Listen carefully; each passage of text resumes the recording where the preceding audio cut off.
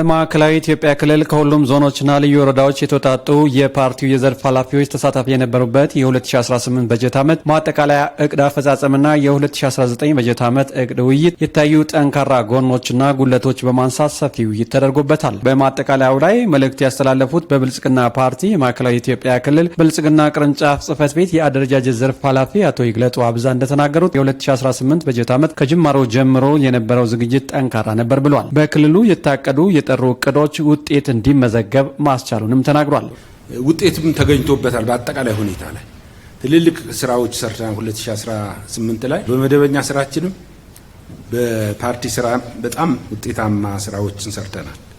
ይሄ የአመራሩ በተሻለ መንገድ የተናበበበት ዓመት ነበር ማለት ይቻላል። በክልሉ በሁሉም ዘርፎች ለተመዘገቡ ውጤቶች የአደረጃጀቶች አበርክቶ ከፍተኛ እንደነበረም አቶ ይግለጡ አብዛ ገልጿል። አደረጃጀት በጣም በከፍተኛ ሁኔታ ወደ ስራ የገባበት ነው። የህብረትም የቤተሰብም አንድ ለሶስትም በተለየ ወደ መጨረሻ አካባቢ የምርጫ ስራችን በጣም በከፍተኛ ሁኔታ ውጤታማ የማድረግ እስከ ምርጫ 2 ድረስ በጥሩ ሁኔታ ገፍተን ያስገባንበት ሁኔታ አለ። በ2018 በጀት ዓመት በሁሉም ዘርፍ ስኬታማ ስራ በመሰራቱ አዳጊ ውጤት መመዝገቡን በብልጽግና ፓርቲ የማዕከላዊ ኢትዮጵያ ክልል ቅርንጫፍ ጽህፈት ቤት የፖለቲካና አቅም ግንባታ ዘርፍ ኃላፊ አቶ ይሁን አሰፋ ተናግሯል። በሁሉም መስክ በሁሉም ዘርፎች አዳጊ የሆነ ውጤት የተመዘገበበት ውጤታማ ዓመት ነው ብሎ መውሰድ ይቻላል። ስኬታማ ዓመት ነው ብሎ መውሰድ ይቻላል። እንደ ክልላችን የምርጫ ስራን ስንመለከት የመጀመሪያ ተግባር ነው። ክልሉ ከተደራጀ ጀምሮ ይሄ ተግባር ስኬታማ በሆነ መንገድ እንዲጠናቀቅ ማድረግ የተቻለበት ነው። የንቅናቄ ስራዎቻችንም በተመሳሳይ መንገድ እንዲሄዱ ማድረግ የተቻለበት ሁኔታ አለ ማለት ነው። በክልሉ በተቋማት ግንባታ ተስፋ ሰጪ ደረጃ መደረሱን የገለጹት አቶ ይሁን የምርጫና ልማት ስራዎች በቅንጅት መሰራቱን ስኬት አምጥቷል ብሏል። የተረጋጋና ሰላማዊ ክልል እየተገነባ በመሆኑ ክልሉ የተሞክሮ ማዕከል እየሆነ መምጣቱንም አብራርቷል። ቀላል በማይባሉ ተግባራት ክልላችን ላይ በርካታ ተሞክሮች እየተቀመሩ ነው። ልምድ መለዋወጥ የሚፈልጉ አካላት ወደ ክልላችን እየመጡ ነው። በፌዴራል ደረጃም ልዩ ልዩ ተቋሞቻችን የተሻለ ፐርፎርማንስ እያሳዩ ነው ያሉት ማለት ነው። ስለዚህ ክልላችን ወደ ተሻለ ቁመና እየሄደ ያለበት ሁኔታ እንዳለ ማየት እንችላለን።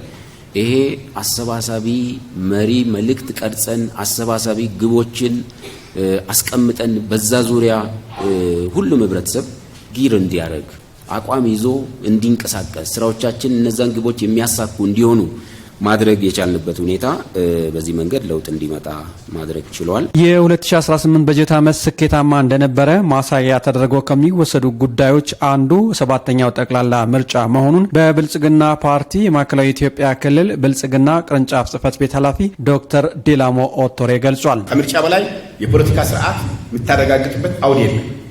ምርጫ ላይ ከጣሉ አልሰራንም ነው። ህዝቦች ምርጫ ላይ ቅቡልነትና እኛን ከመረጡን ከነጉለትም ቢሆን ሰርተናል ማለት እነዚህ ሰዎች እነዚህ ፓርቲ ይሄ ፓርቲ ተስፋ አለው ድጋሚ እድል ሊሰጠው ይገባል የሚል በዚህ መልኩ ማዕከላዊ ኢትዮጵያ ላይ ስራዎች የተሳኩ ናቸው ብለን በዚህ መልኩ ማስቀመጥ ጥሩ ነው የሚል ነገር ነው ያለን። በክልሉ በፓርቲ የተሰሩ ስራዎች ጥራት እንደነበራቸው ያወሱት ኃላፊው የህዝብ ቅቡልነትም አስገኝቷል ብለዋል። አንዱ ያረጋገጥ ነው የህዝብ ቅቡልነት የህዝብ ግንኙነታችን ጤና ጥሩ ነበር ብለን እናስባለን። ወጥነት ከላይ እስከታች መናበብ ችለናል። 2016 ከማየው 2017 ከ2017 ይልቅ 2018 ትልቅ የጋራ መናበብ አንድ ገጽ ላይ የመሆን ጉዳይ በአስተሳሰብ በተግባር ወደ አንድ ፔጅ ላይ የመሆን ጅማሮ እንዳለ ለማየት ነው። በጥንካሬ ሊገለጽ የሚችል ከክልሉ ህዝብ ፍላጎት አንጻር በእቅድና አፈጻጸም የሚታየው አለመጣጣም በውስንነት ያነሱት ዶክተር ዲላሞ ኦቶሬ በቀጣይ እንዲታረም አሳስበዋል። የህዝብ ፍላጎት እያደገ ነው ያለው። የአባላት ፍላጎት እያደገ ነው ያለው። ቴክኖሎጂ እየተቀየረ ነው ያለው። ወቅቶች እየሄዱ ናቸው። ቆሞ የሚጠብቅ ነገር የለም። በዚህ ላይ ይሄንን እንደርሳለን የሚል ካስቀመጥነው ግብና ተግባራት አንጻር የተፈጸመው አፈጻጸም ውጤት ሲለካ አሁን በምንጠብቀው ልክ ህዝቡ በሚጠብቀው ልክ አይደለም። ይሄ ደግሞ አፈጻጸም ብቻም አይደለም። ከመዋቅር ሰፊ ልዩነት ነው ያለው። 90 ቤት የገቡ አሉ፣ 70 ቤት አሉ። በአንድ ክልል በአንድ ፓርቲ ማለት ነው። ይሄ ክልል ደግሞ ብዙ የግንዛቤ ችግር ያለበት ክልል አለ። ከዚህ አንጻር አንዱ እሱ በ2018 በጀት ዓመት የተሻለ አፈጻጸም ያስመዘገቡ መዋቅሮች እውቅና ተሰጥቷቸዋል። በሆሳዕና ከተማ የሚገኘው የፓርቲው ጽሕፈት ቤት ግንባታና የተለያዩ የልማት ስራዎች ምልከታ በማድረግ የ2018 እቅድ አፈጻጸም ግምገማና የ2019 እቅድ ውይይት ተጠናቋል።